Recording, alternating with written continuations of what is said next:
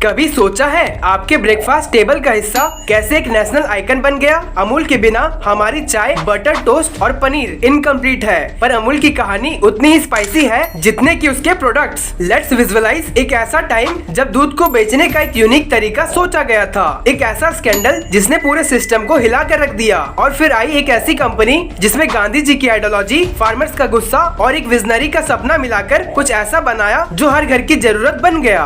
आज आपको पता चलेगा कि कैसे एक छोटे से गांव के फार्मर्स ने मिलकर क्रिएट किया दुनिया का सबसे बड़ा डेयरी कोऑपरेटिव। क्या ये सिर्फ एक कोइंसिडेंस था या फिर इसके पीछे है कोई सीक्रेट प्लान? क्या आप जानना नहीं चाहेंगे कि वो कौन सी रातें थी जब अमूल का सपना देखा गया और कैसे अमूल ने अपने स्ट्रगल के दिनों में सबसे बड़ी डेयरी कंपनी बनाने का सपना देखा? तो बने रहिए हमारे साथ, क्योंकि अमूल की ये कहानी भरी हुई है सस्पेंस, ड्रामा और इंस्पिरेशन से। तो चलिए ट्राई करते हैं कुछ नया जानने की, जहां आपको हर कदम पे मिलेगी एक नई ट्विस्ट। दोस्तों, अमूल की कहानी एक ऐसे वक्त से शुरू होती है जब इंडिया अभी भी ब्रिटिश रूल के नीचे था। 1946 में गुजरात के कायरा डिस्ट्रिक्ट के आनंद गांव में दूध की काला बाजारी और एक्सप्लॉयटेशन चल रही थी। फार्मर्स को उनके दूध के ठीक दाम नहीं मिल रहे थे और इसके कारण उनका जीवन थोड़ा मुश्किल हो गया था। और उसी समय सरदार वल्लभ भाई पटेल और किसी भाई पटेल ने फार्मर्स के दुख को देखा और एक ऐसी स्कीम बनाई जिससे दूध के बिजनेस को सुधारा जा सके। ये दोनों ने एक कोऑपरेटिव सोसाइटी बनाई जिससे फार्मर्स अपने दूध सीधे कंज्यूमर तक बेच सके।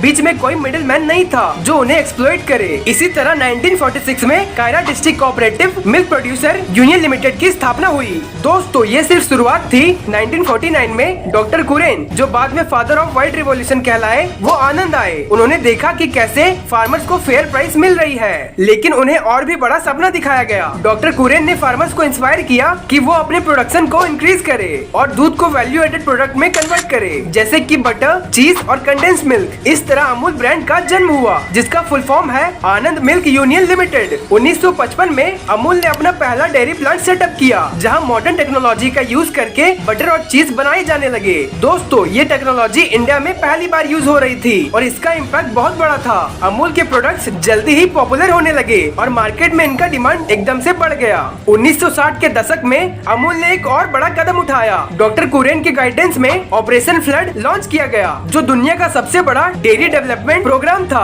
इस इनिशिएटिव के थ्रू दूध प्रोडक्शन और डिस्ट्रीब्यूशन को स्ट्रीमलाइन किया गया और इंडिया को दूध के मामले में सेल्फ सफिशिएंट बनाया गया। अमूल का आइकॉनिक अटरली बटरली डिलीशियस कैंपेन जो 1966 में लॉन्च हुआ था, इस कैंपेन ने एडवर्टाइजिंग वर्ल्ड में एक रिवॉल्यूशन लाया। ये एड्स इतनी पॉपुलर हुई कि अमूल गर्ल एक हाउस होल्ड नेम बन गई। लेकिन दोस्तों, अमूल ने ऐसी कौन सी मार्केटिंग स्ट्रेटजीज का यूज किया जिसके कारण अमूल आज एक ब्रांड बन गया है? इसके स्ट्रेटजी से आज पक्का आप बिजनेस करना सीख ही जाओगे। तो वीडियो के एंड तक बने रहिए एंड हर ब्रांड की मार्केटिंग स्ट्रेटजीज को समझने के लिए सब्सक्राइब कर लीजिए हमारे चैनल को एंड शेयर कर दीजिए अपने फ्रेंड्स के साथ। 1950s में अमूल ने अपनी मार्केटिंग की शुरुआत एक सिंपल लेकिन बहुत इम्पैक्टफुल अप्रोच से की थी। उस वक्त उन्होंने एक आइकॉनिक मास्कोट लॉन्च किया, अमूल बटर गर्ल। ये छोटी सी लड़की अपने हंसमुख और इनोसेंट चेहरे के साथ हर एड कैंपेन में विटी और ह्यूमरस लाइन के साथ दिखाई देती थी। ये अप्रोच सबके लिए काफी यूनिक था, क्योंकि किसी भी ब्रांड ने ऐसा इनोवेटिव और रिलेटेबल मैस्कोट यूज नहीं किया था।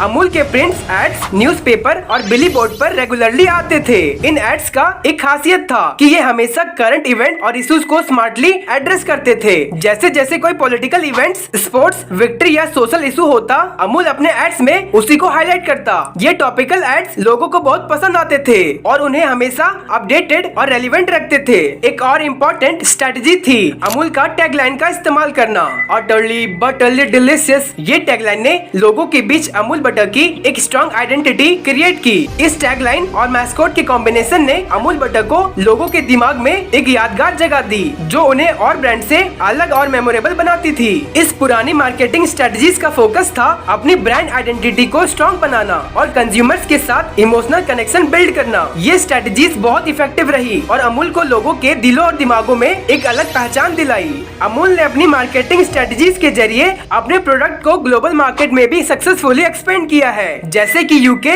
USA, Singapore, Australia, New Zealand and gulf countries में भी अमूल के प्रोडक्ट्स काफी पॉपुलर हैं। ग्लोबल एक्सपेंशन के लिए अमूल ने अपनी क्वालिटी और कंसिस्टेंसी को मेंटेन किया है और लोकल टेस्टेस के अकॉर्डिंग अपने प्रोडक्ट को अडॉप्ट भी किया है। उन्होंने इंटरनेशनल मार्केट में अपने डिस्ट्रीब्यूशन नेटवर्क को स्ट्रेंथन किया और लोकल पार्टनरशिप भी किए हैं। सोचो एक दिन आप सुबह उठते हो और अपने फोन पे सोशल मीडिया चेक करते हो। पहली चीज जो आपको दिखती है वो है अमूल का नया टॉपिकल ऐड। ये ऐड कल रात के क्रिकेट मैच का फनी ट्विस्ट लेकर आया है और अमूल गर्ल की विटी कमेंट ने आपको हंसा दिया है। ये ऐड इतना एंटरटेनिंग है कि आपने तुरंत अपने फ्रेंड के साथ शेयर कर दिया। बस इसी तरह अमूल अपने टॉपिकल ऐड के जरिए सोशल मीडिया पर धमाका करता है और लोगों को हमेशा एंटरटेन करते रहता है। इमेजिन करो आपका फेवरेट सोशल मीडिया इन्फ्लुएंसर अपनी मॉर्निंग रूटीन वीडियो बना रहा है। उस वीडियो में वो अमूल बटर का यूज करके एक डिलीशियस ब्रेकफास्ट तैयार कर रहा है। वो अमूल के टेस्ट और क्वालिटी की तारीफ करते जा रहा है और आप सोच रहे हो कि आप भी उसे ट्राई करना चाहते हो। इन्फ्लुएंसर के साथ कोलैबोरेशन अमूल को नई जनरेशन तक पहुंचा रहा है, जहां लोग अपने फेवरेट इन्फ्लुएंसर को फॉलो करते हैं, उनकी रिकमेंडेशन को सीरियसली लेते हैं।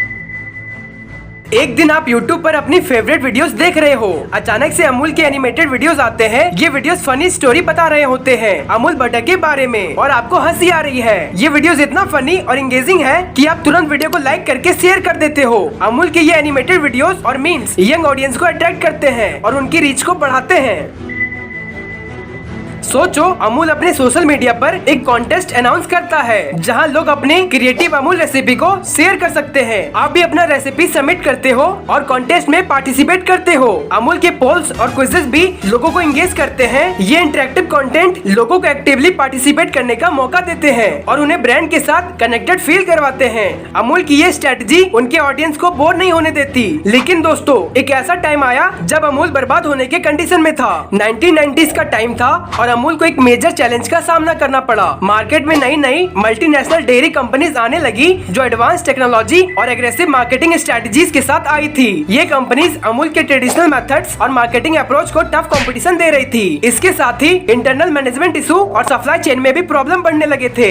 ये सब फैक्टर मिलके अमूल के सेल और मार्केट पे नेगेटिव इम्पैक्ट डालने लगे। लेकिन अमूल ने इस सिचुएशन को एक अपॉर्चुनिटी की तरह देखा और अपने आप को री इन्वेंट करने का डिसीजन लिया। रिकवरी का सफर कुछ इस तरह से शुरू होता है। Technology upgradation, brand revamp, strengthening supply chain, aggressive marketing, consumer engagement, product diversification. Amul ने अपने प्रोडक्ट पोर्टफोलियो को डाइवर्सिफाई किया। उन्होंने सिर्फ बटर और मिल्क प्रोडक्ट तक लिमिटेड रहने के बजाय चीज, आइसक्रीम, चॉकलेट और रेडी टू ड्रिंक बेवरेज जैसे नए प्रोडक्ट लॉन्च किए। ये डाइवर्सिफिकेशन उन्हें डिफरेंट कंज्यूमर सेगमेंट तक पहुंचाने लगा और उनकी सेल फिर से बढ़ने लगी। कुछ इन तरीकों से अमूल ने अपने आप को रिकवर किया।